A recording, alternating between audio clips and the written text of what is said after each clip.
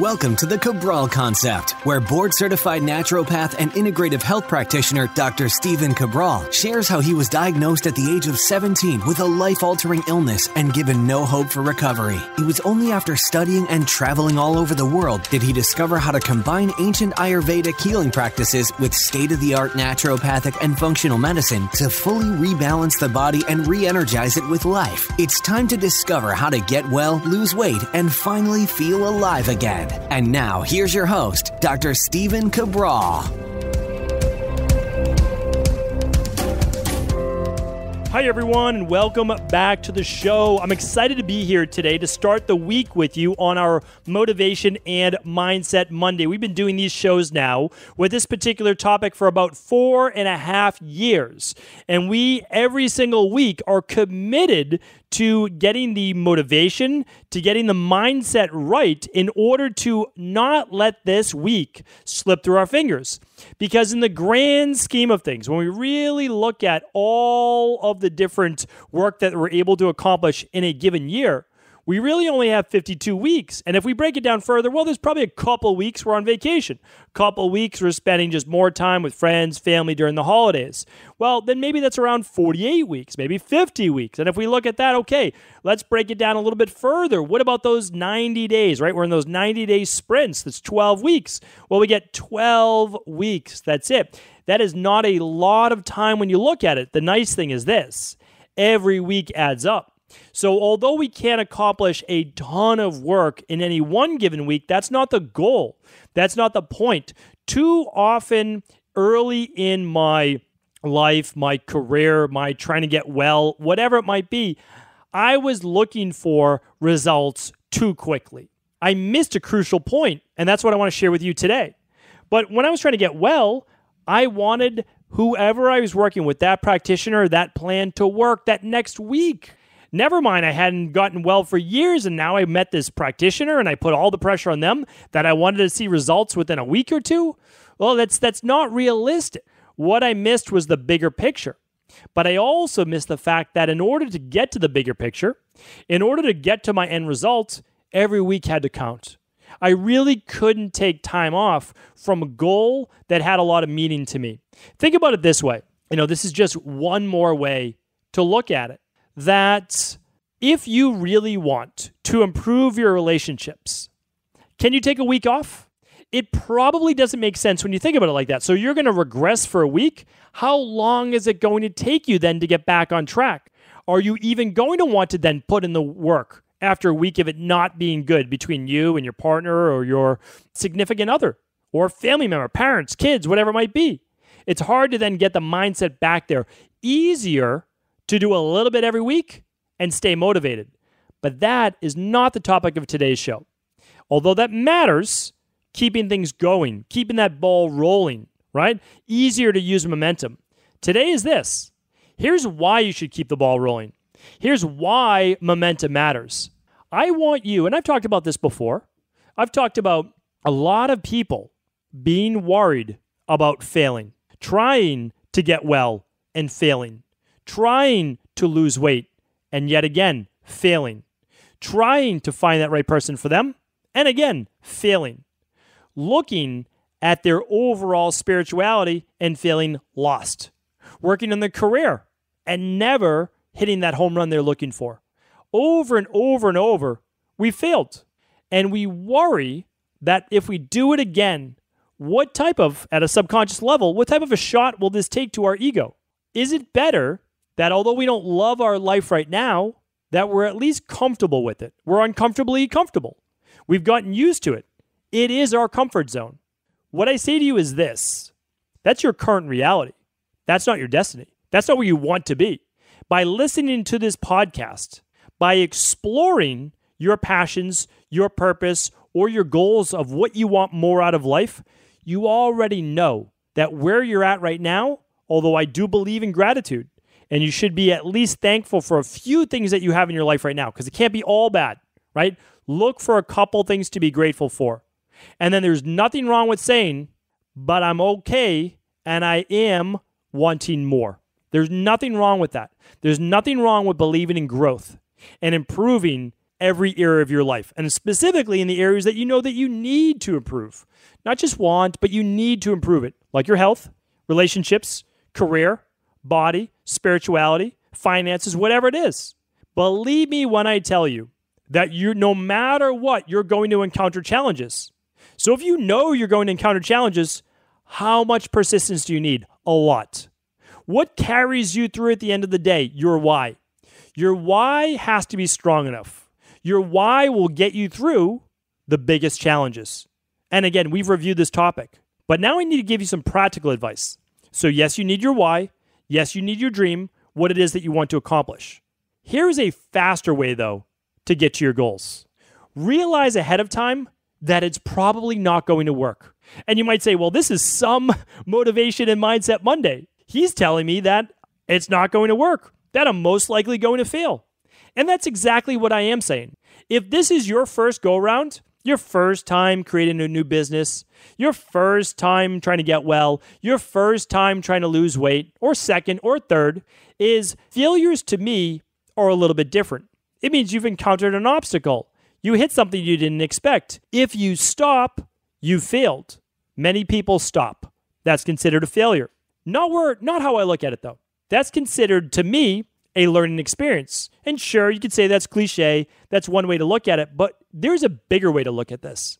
That if you're really keeping track, that if you're really serious about achieving your goal, then you're going to write down what you did, what worked, what didn't work. Every single time I do a call with a private client, I say this. I first want to talk about what you have been doing well, what has been going well, what worked. And then I expect things that we're going to have to tweak, that we're going to have to work on. Why? You've never done this before. How do you even know the right questions to ask or how to overcome an obstacle that you've never seen before?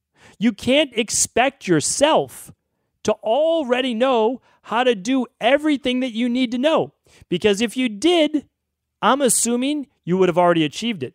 Or if you already did know and you didn't do it, well, that's even worse, right? But here's the thing. None of us are perfect. So right out of the gates, with a private wellness client or with myself, now I don't say expect to fail. Of course I don't. What I say is this, full speed ahead. What I want people to do is dive in. I want you to literally just dive right in and go for it. And then expect that you're not going to fail, but you will encounter obstacles. Where if now, had you stopped, yes, you would have failed. A lot of people would call it a failure. If you want, call it a failure. It was a failed first attempt. Big deal. What I want you to do is this.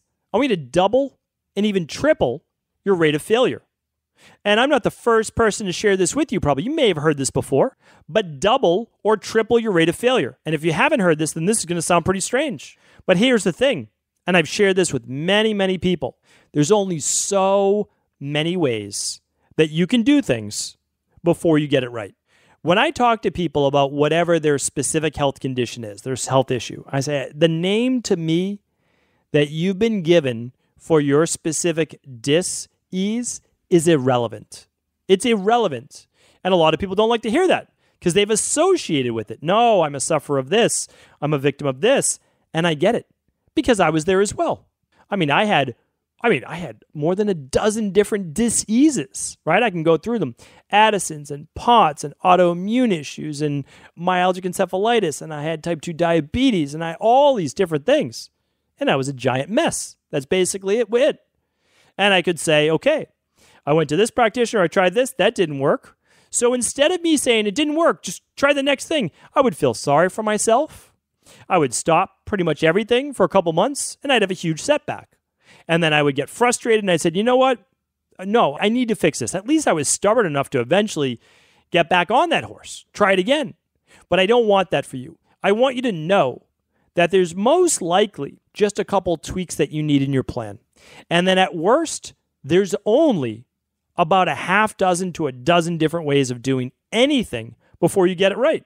So if you've tried a half a dozen diet plans and you didn't get it right, I would say to you this, and I would say to you exactly this same thing, and we say this in our coaching program all the time. Well, what diets have you tried? what worked from those diets, and then we begin to learn. So those failures now are learning opportunities, but only because we asked specific questions that I want you to get today. What did work? So when I went to a practitioner before, or I did a protocol, it wasn't all a failure probably.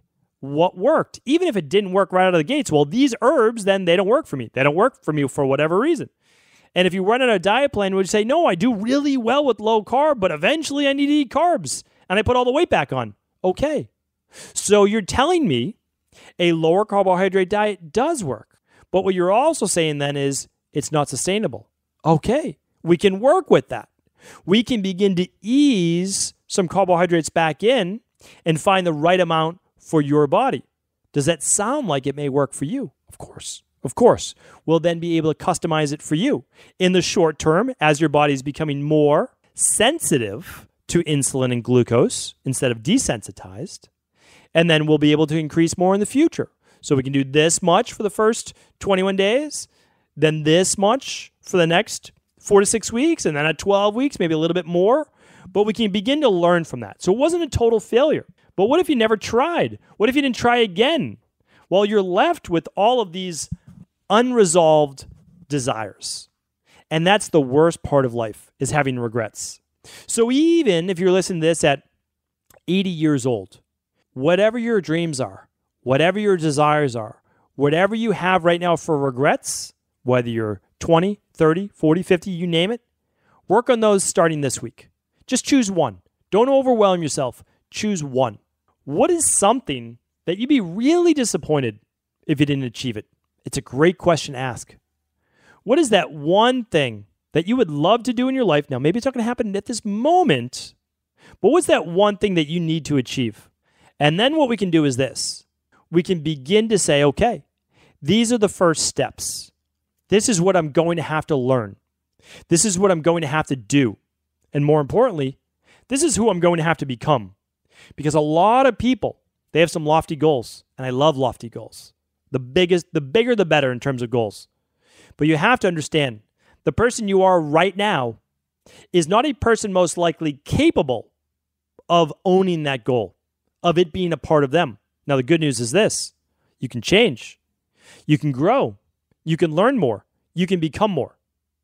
And as you are going on this process of overcoming obstacles, of overcoming challenges, you are showing the world, you are showing the universe, you are showing yourself that you are someone that's worthy of being able to receive this goal.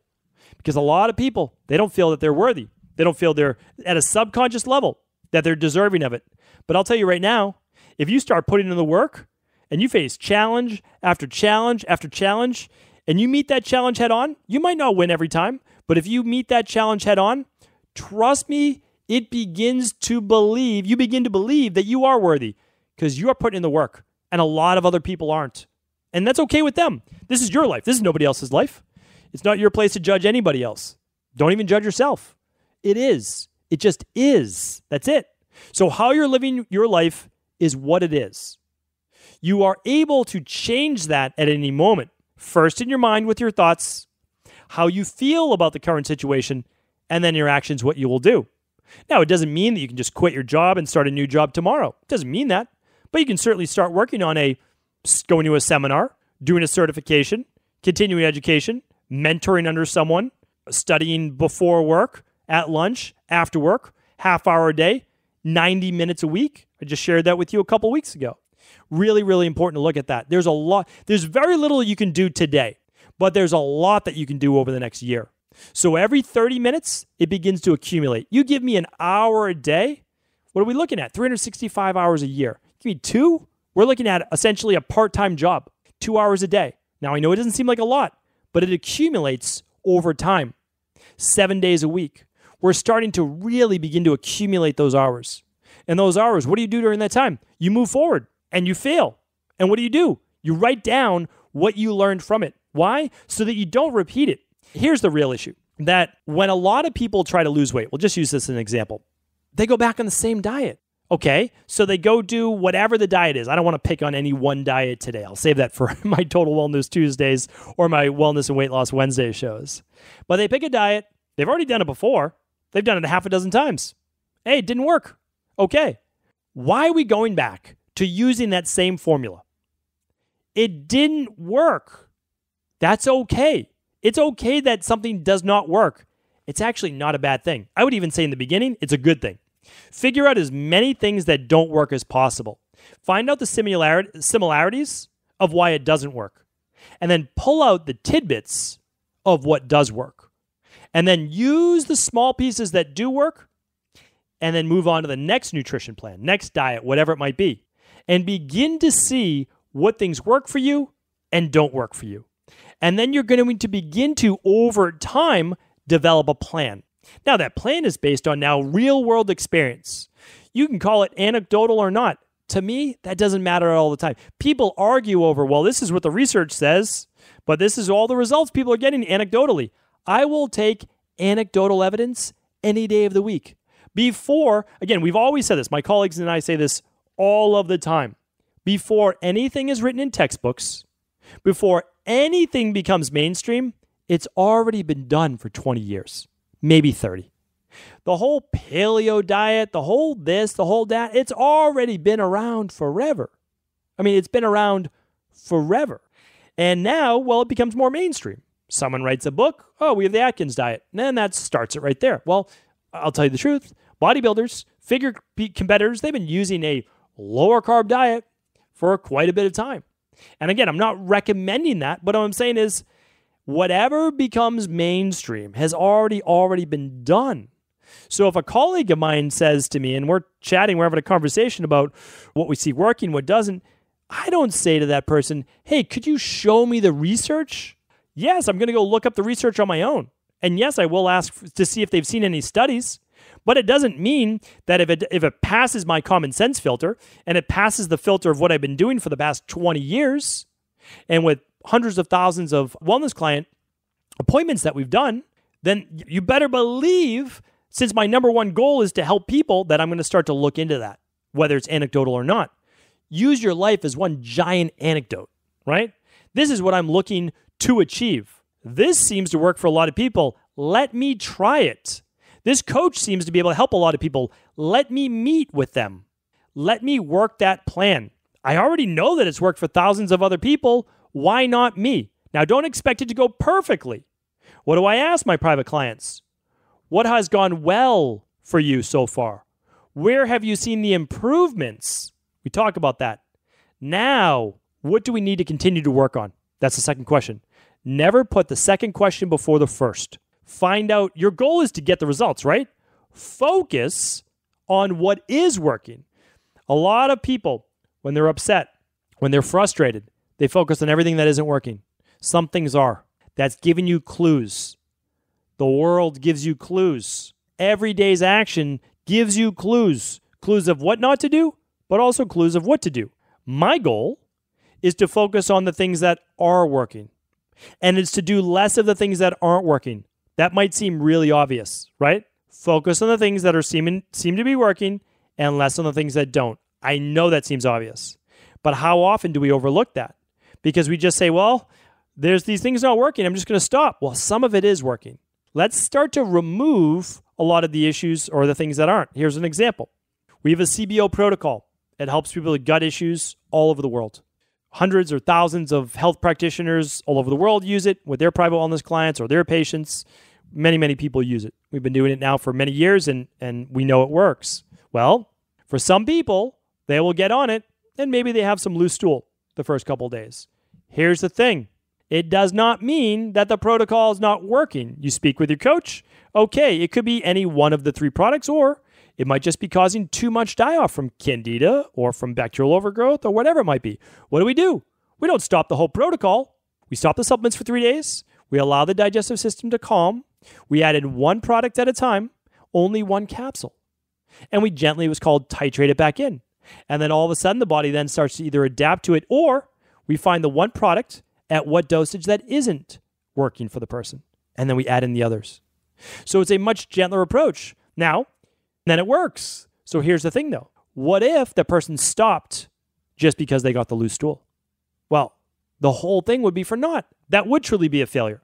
Now, The person that had to stop for 3 days or so, is that a failure? Call it what you will. Call it whatever you'd like. It's semantics. The first try didn't work. The good thing is there's no limit. Nobody is judging you how long or how many times it takes to accomplish your goal. Just you. So be gentler on yourself. Okay, take 2. Here we go.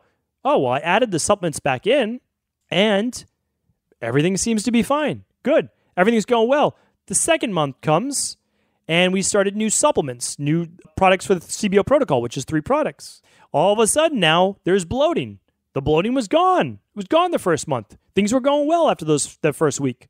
Well, now, it's the supplements in month 2. So what do? We remove the 3 supplements, just like we did last time. We look for which one it is. Turns out when we remove the supplements, the bloating's still there.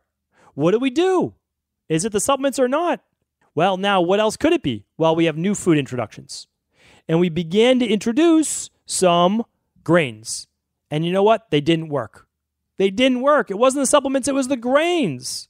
So now what do? We figured out that right now, doesn't mean forever, but right now, this person, well, they don't do well. They don't do well with grains. So good, now we know that. We take it out, because what do? We went back to the first 21 days of eating. We added the new supplements back in, everything's good. Life is good again, right? So what are we doing? We're learning and we're growing. This is what we do. This is what you can do in any area of your life. Starting a business, going for an education in something different, with your relationships. Trust me, if you're working on your relationships, you're most likely going to say something that your partner didn't like, right? Okay, write it down. Do not repeat that, okay? But then write down also the things that do go well, that your partner does appreciate. If you've ever read the book or looked into the 5 love languages, everybody has their own love language, right? Some people have all 5, right? So you look at that and you say, what's working, what's not? How do you know which love language, is that of your partner's? You try, right? You try. You find out which ones work, what doesn't. If something does not work, you didn't do it the right way, you apologize, right? You just own up to it. Listen, didn't work. I'm trying my best, trying to be better, not perfect. That's it. I mean, that's all that you can do.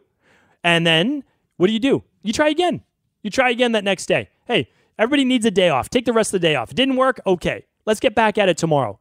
A good night's sleep can fix most issues. You begin to look at things a little bit differently.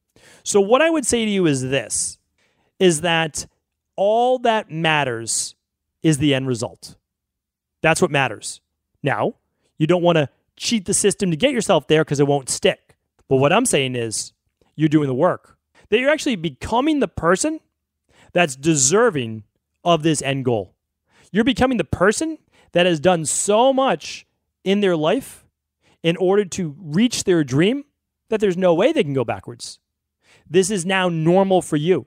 And you're also someone that's a goal-accomplishing machine now. Because if you realize that if you can do this in any area of your life, or you can do it in health, or you can do it in relationships, that translates. Because it's the same methodology. Some people are just better in other areas. That's just the way that it is. But that does not mean that you cannot take this same formula of doubling, tripling your rate of failure, which simply means doubling or tripling the rate of what you try and learning from it. So my advice is always this, in the most lighthearted way as possible, is that try to fail at the fastest rate possible. Success is then not only inevitable, but actually comes a whole lot faster. Thank you so much for tuning into today's show. I appreciate you. And as always, if this show was helpful, please do feel free to share it with anybody else you believe it could serve. Thanks so much for just tuning into the show. And before you go, I want to let you know that over at equilibriumnutrition.com right now, we are offering $100 off the omega-3 inflammatory-based lab. This is a lab that looks at your omega-6 levels to your omega-3 levels. And without guesswork, it tells you if your diet is providing you with the amount of omega-3s that you need, or if you're taking in too many inflammatory omega-6s. This takes the guesswork out of your nutrition. Remember, using functional medicine labs that you can do right at home, this one is simply a finger prick, tells you Are you on the right track or not? So many people like to say, I'm following the right plan, I'm doing the right thing, but they don't run their numbers. So in black and white, we can now tell you you're doing the right thing, or it's not that you're not doing the right thing, but it's not enough for your body. Or maybe it's too much. So what we can help from that specific level is let you know if your omega-3 nutritional supplement is working, if your diet is working for you, if you're taking in too many omega-6s. And not only that, we break it down between DHA and EPA, the two most potent forms of omega-3s that help with mood, that help with mind, that help with energy, that help with hormones, that help with body. So I can't recommend this lab enough. I really believe that you run this lab twice. I'll tell you exactly how we do it in our practice. We run it the first time. If someone's not at a 3-to-1 ratio from omega-6s to omega-3s, even though the great ratio is less 5-to-1, right? We want 3-to-1. We want optimal. We want the best for you. So if they're not at that 3-to-1, we make some tweaks to the nutrition. We make some tweaks to the nutritional supplements. And then what we do is this. We retest in 12 weeks. Now, if your levels are at a 3-to-1, you know what you need to do for life for your omega-3s. It's pretty amazing. Sure, a cheat meal every once in a while, it's not going to throw it off. It's not that big a deal. If you do this the right way, you can use functional medicine in your favor to truly not guess, but test and figure out what the right nutrients at the right ratios are best for you. So you can check it out going on right now. This is a short-term offer, and you can find it at equilibriumnutrition.com. Save $100 on each omega-3 based lab for you and your family. Take care, everyone.